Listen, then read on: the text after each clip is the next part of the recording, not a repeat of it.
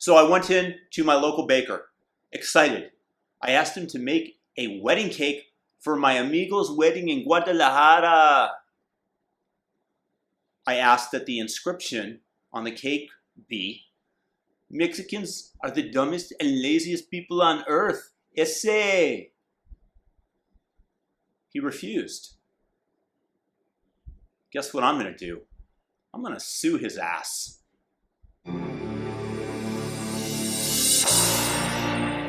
Jack Phillips, the baker from Denver, who was previously sued by a gay couple for refusing to create a custom wedding cake for them.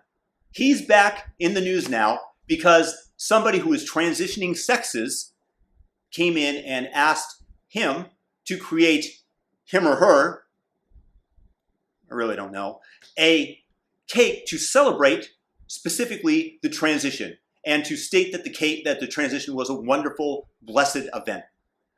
When he refused, which of course he did because he was sticking by his set of principles, the person requesting the cake did what any sane person would do, which was walk across the street to another baker to have them make the cake. That was a joke. They sued him, of course. What moral authority do I hold that I can compel someone to do anything? If you don't agree that Mexicans are inherently and naturally incredibly lazy, can I compel you to state that or to create a cake to that effect? What about, say, a verifiable fact? I can't make you or Jack Phillips repeat that black people represent 13% of the population and 75% of the NBA. If you don't want to repeat that, you don't have to. Oh, I can't make you repeat that according to FBI statistics, the 13% of the population previously mentioned account for 50% plus of the murders in the US as well. Can I compel you to write this on a cake? I can't force you to celebrate either one of those verifiable statistics. I can't force you to serve me a sandwich. I can't force you to cut my grass, to sell me your house, to cut my hair. So what gives you the impression that you or anybody else has the right to force someone to bake a cake for you and then to compel them to write something on it that they don't believe? Let me give you a little contrast. I have hung out with UFC fighters.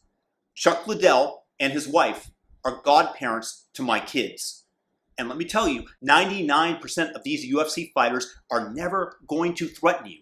They'll never state to you that they are the baddest asses on the planet, that they could literally kill you with their bare hands if they were to choose to do so. They don't demand that you acknowledge this to be true, and they certainly aren't going to force you to write about their physical dominance on their birthday cake. They don't need to. They are totally secure in their physical ability to defend themselves.